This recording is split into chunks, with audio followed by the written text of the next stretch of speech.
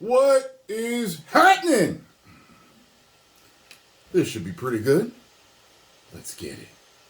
You know, it's tough to think of a movie that had more expectations resting on it than Oppenheimer, Christopher Nolan's historical biopic about the man who came to be known as the father of the atomic bomb. Damn, that's a boss name if ever I've heard one. In a summer movie season where the term flopbuster was officially coined and the utter dregs of human civilization somehow got condensed into movie form, I think it's fair to say that most of us were feeling pretty starved of quality cinema. But there was one beacon of hope still shining on the horizon.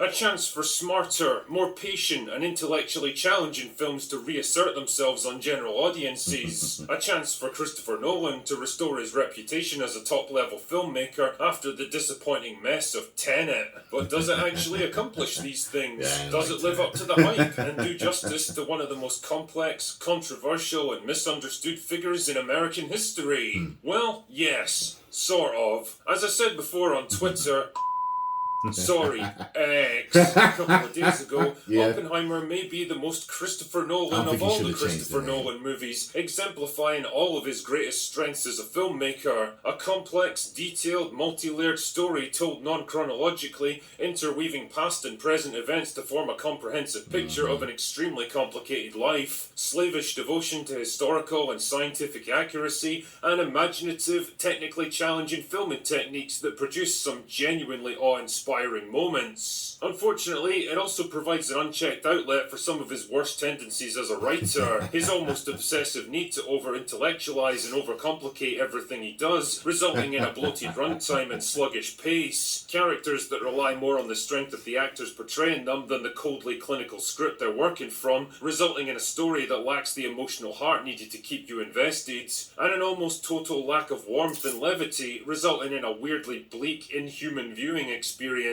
It's kind of the best and worst of what Christopher Nolan does. Yeah. The movie begins in 1959. I saw someone talking about it, they were like, they always like to show us how smart he is. The hearing seems like it's going to be a walkover, nothing more than a formality to tick a few boxes before Strauss rises to the highest levels of American government. Unfortunately for him, though, the questions soon turn towards his past dealings with Robert Oppenheimer, the leading scientist in the US atomic bomb program, who's since been disgraced and disavowed by the American government for his past dealings with communism. The confirmation hearing acts as a kind of framing device for the rest of the story as it jumps backwards and forwards to different events in Oppenheimer's life, from his early days as a troubled physics student bouncing around different universities, to his vague dabbling in communism and his messy personal life, and his eventual recruitment into the Manhattan Project in a race against time to and I need to see him naked either. Culminating in the successful Trinity detonation and the dropping of the atomic bombs on Japan. Him? This is without doubt the strongest section Or of Black the movie. Widow's sister. It's tense, tightly paced, brilliantly written, and driven by compelling performances by all of the lead actors. The Trinity detonation itself was one of the most terrifyingly beautiful and perfectly filmed sequences I've ever seen in a movie theatre, and Oppenheimer's reaction to the use of his creation on innocent civilians is captured with chilling intensity. Honestly, you could have ended the movie right there, and I probably would have walked away a very happy man. Yeah. Unfortunately, Christopher Nolan has other ideas, and we're treated to a whole extra hour documenting Oppenheimer's subsequent fall from grace, mostly centered around tedious and repetitive interrogations, dusty Senate hearings, personal grudges and betrayals, repetitive references to past events, and long somber reflections as various characters ponder the merits of their choices. But they were all acted well. They bring us right back to the same questions we were left to ponder after the Hiroshima bombings an hour earlier.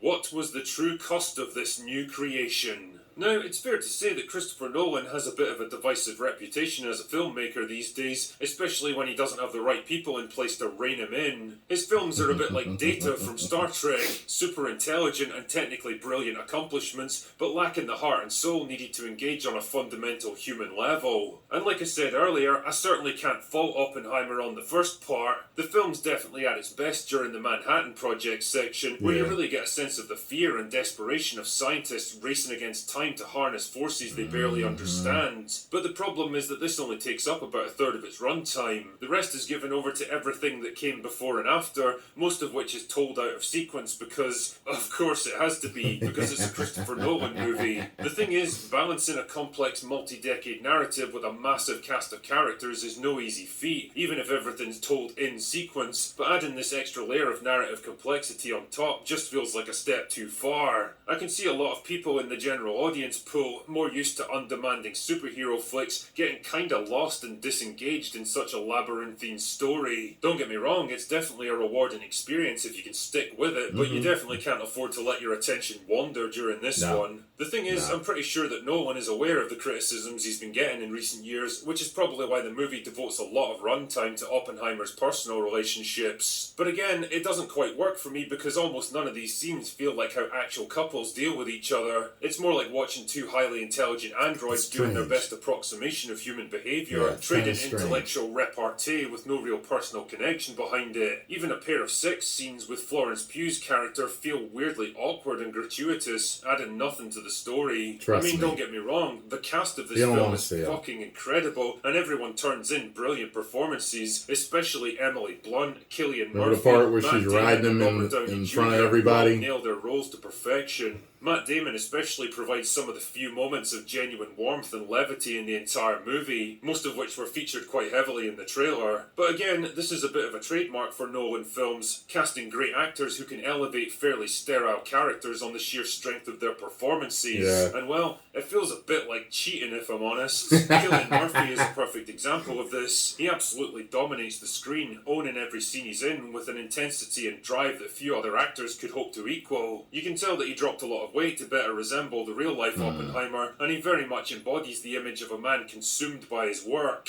And yet, weirdly, the script always keeps him kind of aloof and distant, showing his reactions but rarely letting us get an insight into the man behind them. I felt like I didn't know the character any better by the end of the movie than I did at the start, and honestly, I can't tell you if that was a failure of the script or a deliberate choice on Nolan's part. Ultimately, despite my criticisms here, I'd be lying if I said I was bored during this movie, but my interest came from a different direction than most film experiences. Oppenheimer definitely engaged me on an intellectual level, had me marvelling at the strong performances and technical mastery on display, challenged me with a plot that was complex and rewarding, and left me with some pretty interesting philosophical questions to ponder when it was all over. I just think that it could have got there a little more efficiently, could have used a little more humanity and a little less complexity, and probably would have worked better if it was more tightly focused on key events and people, rather than trying to squeeze a very long and complex life into a single movie. But hey, I'm just pleased that it's doing well at the box office, so that all those asshole journalists out there can't make any jokes about Oppenheimer bombing. Anyway, that's all I've got for today. Go away now. I didn't even think about that. If it did bomb, they could use that. That'd be such a cheap, low-hanging fruit joke. And I have never heard the name Flopbuster. And all the stuff and tweets and everything else that I've seen, I've never seen Flopbuster from anybody. Well, I'm going to start using it. Flopbuster. As I told you before, I've seen it. I've done my review. People seem to be enjoying my review. I enjoyed the movie, but my two complaints is that it can be boring at times and a little too long. So just know what you're going in for. Like I said, I compared it to you're going to have your Dunkirk Nolan fans and your Dark Knight Nolan fans. And the Dunkirk Nolan fans are going to go in there and say, this is an absolute masterpiece. And then there's going to be the Dark Knight fans are going to be like, hey, great film, Nolan, but a little too long. Okay? A little too long. So prepare yourself for the length, the runtime, and naked Oppenheimer, or Oppenheimer, however you like to pronounce it, and the little Black Widow. Post comments down below. Let me know what you all think. Get over and subscribe to the Critical Drinker. I watch him. You should check him out too. It's pretty funny and he knows his stuff. 10 million subscribers. Woo!